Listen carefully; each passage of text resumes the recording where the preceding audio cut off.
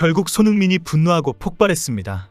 리그 4위와 챔스리그 진출이 목표가 아니라고 했던 포스텍이 갈수록 충격적인 행태를 보이고 있기 때문입니다. 다음 시즌에 우승하기 위해 여름 시즌에 선수들을 대거 영입한다고 하더니 다른 클럽이 갖다 버린 선수를 재생시키려고 합니다.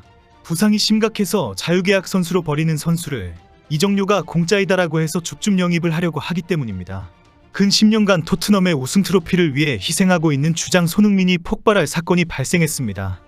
토트넘이 거지냐? 정말 토트넘에는 희망이 없다라고 분노할 상황입니다. 손흥민과 호흡을 맞출 최전방 공격수로 메뉴의 마르시알이 유력하다는 보도가 나왔기 때문입니다. 어제 영국에서는 충격적인 이적설로 토트넘이 발칵 뒤집어졌습니다. 이번 시즌 가장 엽기적인 이적이 될 것이다라는 비난을 받는 소식이 대대적으로 보도가 되었기 때문입니다. 바로 메뉴의 앙토니 마르시알을 토트넘이 영입하려고 한다는 소식입니다. 이적 전문가들이 일제히 소식을 전했고 유럽 매체들도 속보로 크게 보도했습니다. 매체들은 마르시알은 자유계약 선수로 메뉴를 떠나게 되었다. 마르시알은 오는 여름 프리미어리그에서 생명줄을 연장할 수 있게 되었다. 토트넘의 포스텍 감독이 마르시알을 지명했고 영입을 추진하고 있기 때문이다라고 전했습니다. 마르시알이 영입된다는 뉴스에 손흥민은 크게 분노할 수밖에 없습니다. 뉴캐슬전 이후 손흥민에 대해 홀드업 플레이에 약하다라는 지적이 많이 쏟아졌습니다. 매체들은 해리케인처럼 수비수들을 등지고 슈팅을 할 수 있는 공격수가 아니다라고 비판한 것입니다. 매체들과 팬들은 강한 전방 압박을 구사하면서 체력적으로 뛰어나고 홀드업 플레이에 골 결정력을 갖춘 탑클래스의 최전방 공격수를 영입해야 한다라고 지적했습니다. 이런 상황에 나온 속보가 포스텍이 최전방 공격수로 마르시알을 지목했다. 맨유에서는 사고뭉치이지만 포스텍은 고칠 자신이 있다고 큰소리친다는 뉴스입니다. 만 31세의 손흥민이 우승 트로피 희망을 가지고 버티기에는 충격적인 소식입니다. 마르시알은 메뉴의 최고 먹튀로 유명합니다. AS 모나코의 활약을 인정받아 6천만 유로, 하나 890억 원의 이적료로 메뉴에 영입되었습니다. 데뷔전 때 리버풀을 상대로 골을 넣으며 넥스트 앙리라고 불렸지만 거기까지였습니다. 이후 반복된 부상으로 유리몸이 되었고 황당한 태도로 많은 논란을 불러일으켰습니다. 부상으로 리그에서 8경기밖에 출전하지 못하면서 지난 시즌에는 리그 한 골을 기록했습니다. 결국 메뉴는 이번 시즌이 끝나면 이적료도 없이 바로 내보낼 계획입니다. 최근 마르시알은 인터밀란에게 직접 연락했지만 거절당한 것으로 알려졌습니다. 이런 상황에 해리케인을 대체할 최전방 공격수를 찾고 있는 포스텍 감독이 줍줍에 나섰다는 것입니다. 마르시알의 주급은 메뉴에서 24만 파운드로 손흥민의 주급인 19만 파운드보다 상당히 많은 편입니다. 포스텍은 마르시알에게 조금이라도 연봉 인하를 요청할 것으로 알려졌습니다. 현재 마르시알의 경기력을 감안하면 20만 파운드 이상의 연봉을 감당할 수 있는 구단은 토트넘밖에 없다는 전망이 나오고 있습니다. 토트넘의 영입 추진 소식을 접한 축구 매체와 전문가들은 토트넘에서 엽기적인 이적설이 나왔다. 너무 충격적이다 라는 반응을 쏟아내고 있습니다. 영국 현지에서는 도저히 믿을 수가 없다. 축구에서는 어떤 일도 일어날 수 있지만 이런 일은 절대 일어나서는 안 된다라고 비판했습니다. 그러나 투토스포르트 등 일부 매체들은 포스텍이 마르시알을 데리고 올 가능성이 높다라고 주장하고 있습니다.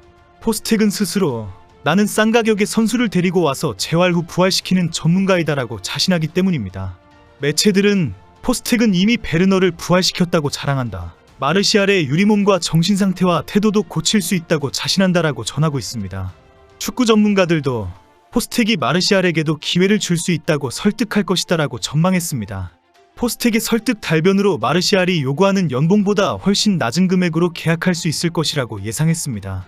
지난 3월 맨유 내부 소식을 전하는 맨체스터 이브닝 뉴스는 래클리프의 구단 개편이 구체화되고 있다. 최대 21명의 선수를 매각할 수도 있다라고 전했습니다. 지적된 선수들은 마르시알, 레시포드, 바란 등 주전 공격수까지 모두 포함이 되었습니다. 현재 영국 매체들은 토트넘이 메뉴가 갖다 버리는 선수들의 영입에 적극 나서고 있다는 소식을 계속 전하고 있습니다. 포스텍이 선수 영입의 가성비를 따지고 나서는 것에는 나는 선수 재활 전문가이다. 나에게는 특별한 재능이 있다는 황당한 자신감도 문제입니다. 더 큰 문제는 레비 회장과 조루이스 구단주의 짠돌이 운영을 그대로 닮아간다는 것입니다.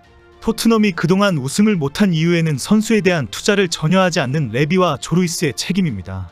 최근 방송 해설자로 깜짝 등장해서 화제를 모은 델리 알리도 충격적인 발언으로 구단을 저격했습니다.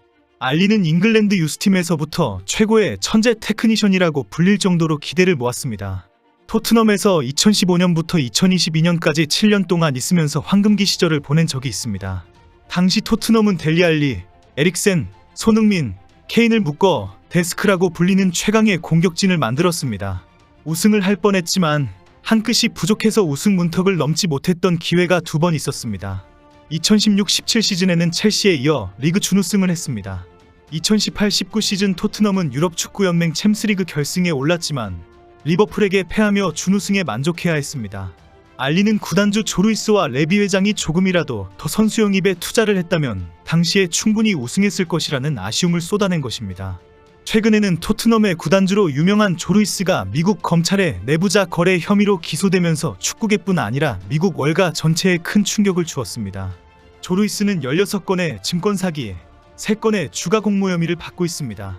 검찰의 기소 내용에 따르면 조루이스는 자신이 지분을 소유하고 있는 제약회사의 항암제 개발 정보를 흘리면서 자신의 여자친구와 전용 비행기 조종사들에게는 거액을 빌려주면서까지 수백만 달러의 부당이득을 얻게 해주었습니다.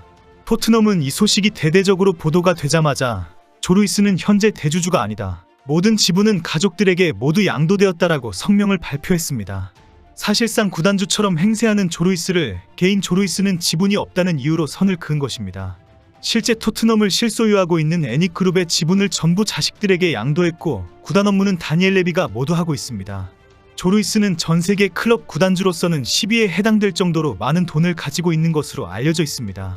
축구에는 전혀 관심도 없고 지원할 생각도 없는 짠돌이 구단주로 악명이 높은 인물입니다. 조루이스와 레비는 항상 거지처럼 갖다 버리는 선수나 이적료 공짜이거나 조금이라도 더 싼 선수 영입에만 집중하는 토트넘을 만들었습니다. 오늘 새벽에 열린 챔스리그 8강 2차전에서 프리미어리그의 맨시티와 아스널이 패배했습니다. 레알 마드리드와 바이에른 뮌헨이 준결승행 티켓을 확보했습니다. 맨시티는 1대1 무승부의 연장전을 치른 뒤 승부차기에서 실바와 코바치치의 실축으로 고개를 숙였습니다. 아스널은 홈 1차전서 2대2로 비긴 뒤 원정 2차전에서 0대1로 패하며 탈락했습니다. 프리미어리그 팀들이 모두 탈락하면서 랭킹 포인트 순위에서 독일을 이기기 어렵게 되었습니다. 잉글랜드 프리미어리그는 16,750점으로 3위에 올라 있는데 현실적으로 2위 분데스리가를 제치는 것은 거의 불가능에 가깝습니다. 리그 5위에 주어지는 챔스리그 진출 추가 티켓 확보가 물 건너 간 상황입니다. 현재 리그 5위에 올라가 있는 토트넘은 챔스리그 진출을 하기 위해서는 자력으로 4위를 차지하는 길밖에 없게 되었습니다.